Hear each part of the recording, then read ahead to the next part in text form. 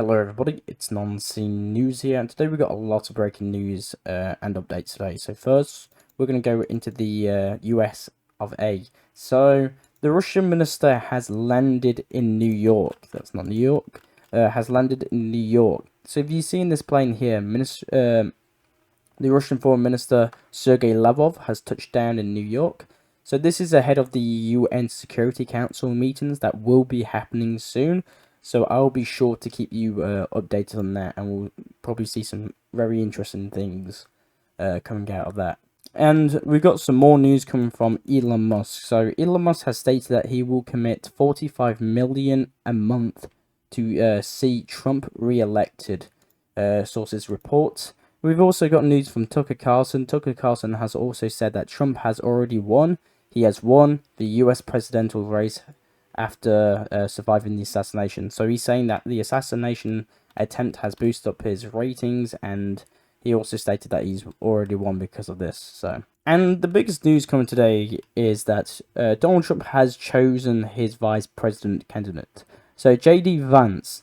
So JD Vance is, I've actually got some videos of JD Vance. I'd just like you to watch this quick video. It's 30 seconds long, and he expresses his views on Ukraine. So just take a look. Everybody knows, everybody with a brain in their head, Jake, knows that this was always going to end in negotiation. The idea that Ukraine was going to throw Russia back to the 1991 borders was preposterous. Nobody actually believed it. Ukraine is functionally destroyed as a country. The average age of a soldier in the Ukrainian army right now is 43. What's in America's best interest is to accept Ukraine is going to have to cede some territory to the Russians, and we need to bring this war to a close. We need to bring the killing to a stop, and that's what American leadership should be doing, not writing more blank checks to the. So, very interesting video, if you could see. So he stated that this war or special military operation, whatever people want to call it, he stated that this was always going to go into negotiations. He also stated that Ukraine would not restore its 1991 borders. It's very interesting. So he is now the vice president of Donald Trump. We'll see, and I'll keep you updated on him. So we've already got a lot of things coming from Europe stating that the selection of Senator David Vance as the Republican Party vice presidential candidate will be disaster for Ukraine. So this was an opinion of a lot of European officials. So it seems that a lot of European officials and NATO seems to be a little bit troubled about this, but that's all the news I've got from JD Vance at this moment. And we got some more news coming from Joe Biden. Well, we got news coming from Joe Biden that actually I'll let you watch the video first.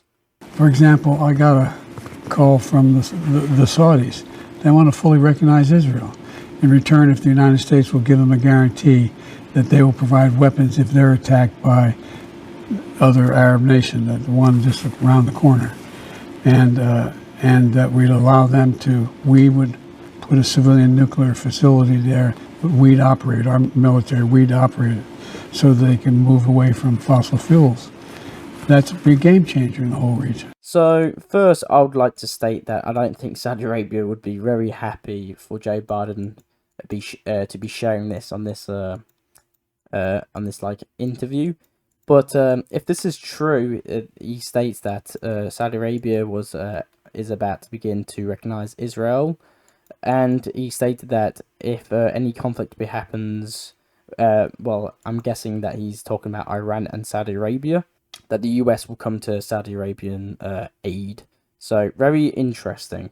And now we're going to go into the Ukrainian reports.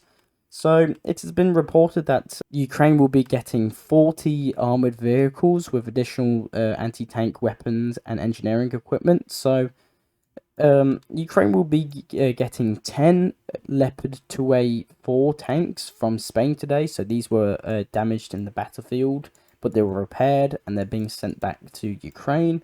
Germany will also be sending 10 Leopard 1A5s tanks from Germany, and Germany will also be sending 20 BMP Marder 1A3s from Germany.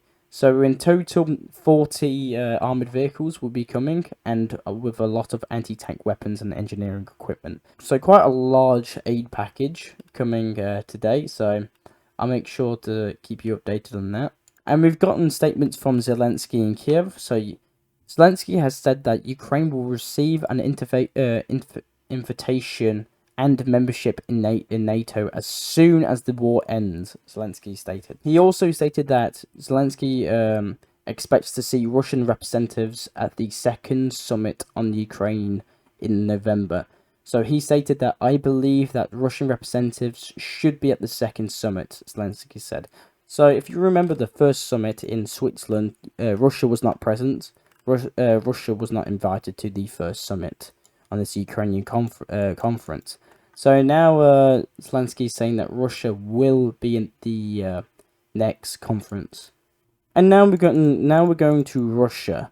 So the Kremlin has responded to Ukraine's threat about assassination of Putin. So a couple of videos ago now, Bogdanov, the head of the intelligence of Ukraine, stated that Ukraine has tried to conduct a bunch of assassination attempts on Putin, and he's stated that clearly they haven't worked. So the Kremlin has responded to Ukrainian threats to assassinate Putin. So Russia is aware of the dangers coming from the Kiev regime, quote unquote. So, including its threats to assassinate the President Vladimir Putin, the Kremlin spokesman Dmitry Peskov has said, he states that all of the threats coming from the Kiev regime, quote unquote, are obvious. Therefore, the security of the president is established with the proper level, the spokesman told the Russian media outlet Live on Saturday. So, very interesting.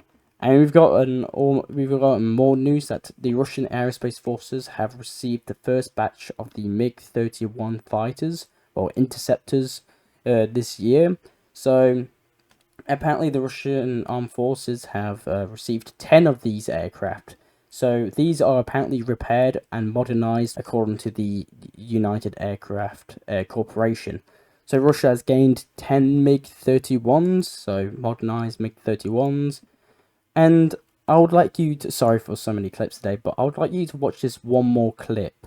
So this was about a Russian this is a Russian TV network, and it sends a reminder to countries involved in involving themselves in the battle of Ukraine. So I would just like you to hear this. Несложно предположить географию ответа в случае, если короткий пресс-релиз Белого дома станет реальностью. Под угрозой без малого все европейские столицы, если наши ракеты встанут в Калининграде, Берлин, Варшава, все Прибалты, Париж, Бухарест, Прага. Конечно, американские базы в Германии, Гармии Шпартенкирхен, казармы Патча, Шпангдалем, Рамштайн. Особое внимание Британии, нашему традиционному врагу, так как против нее будет работать значительная часть Северного флота.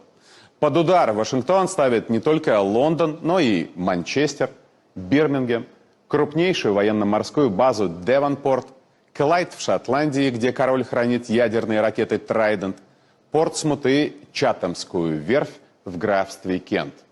Британия в самом уязвимом положении. В принципе, достаточно 3 ракет, и эта цивилизация рухнет. So this is a pretty concerning TV network. So it's showing what Russia would target in case of like a NATO involvement in Ukraine. So obviously it states that it would send nuclear missiles to Germany, to the Czech Republic, Poland, France, Great Britain, Romania, Lithuania, Latvia, and Estonia. So they also stated that it will only take 3 missiles to wipe out civilization in Great Britain. And we've got news coming from the southern side of Russia. So we've got news that wildfires are spreading in this part of Russia. So wildfires are raging in the southern regions of Krasnodar region. So it's this region here. So huge wildfires have been raging on. So I'll make sure to keep you updated on that. And a big news coming from Russia is that Putin has arrived in the Tver region. So Russia has been working on this opening of the last section of the M11 Moscow-St. Petersburg highway. So it has been finished, and Putin rolled up with a ladder, and he advised that the travel between the two cities, between Moscow and St. Petersburg, will be reduced by almost an hour. So a new highway has opened up, and you can see here Putin doing a speech and stuff, and he looks very happy with himself. So very interesting. We got news coming from the former Estonian Prime Minister Kaja. So Kaja has resigned to take up the EU foreign policy role. So Kaja was the Prime Minister of Estonia, and she has officially resigned and to take up the EU foreign policy role. And big news are coming from Hezbollah. So we haven't gotten much news from Hezbollah and Israel these past couple of days, but now it seems to popped off a little bit again. So apparently, according to the sources that I have, that Hezbollah has most likely and did a rocket barrage from Lebanon, targeting the southern eastern border settlements. So around here, I've outlined here. So Lebanon has been shelling these positions. If you can see here in your bottom left corner, you can see here it seems to be like a camera outside someone's house. You can obviously see like shocks and stuff, and you can probably see some missiles go by. So very interesting, and I'll make sure to keep you up on the situation. And we've got news coming from Russia and China. So Russia and China are doing some navy cooperations. So if they're doing some drills. So if you can see here, the two commanders meet, and they're making speeches and stuff. So very we'll see what happens here. So it seems that China and Russia seems to be bringing their two navies closer. It's Russia's Pacific Fleet and Chinese fleet becoming more and more cooperated and more in tune with each other. And we've got news come from the Azerbaijani embassy in Iran. So the Azerbaijani embassy in Iran has resumed work at the new address. The ambassador and diplomatic staff have returned to Iran. So more friendly relations between Azerbaijan and Iran. So the ambassador and diplomatic staff have returned to Iran. So very interesting.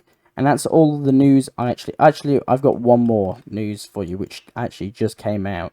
So the Hungarian Prime Minister has urged EU to resume relations with Russia.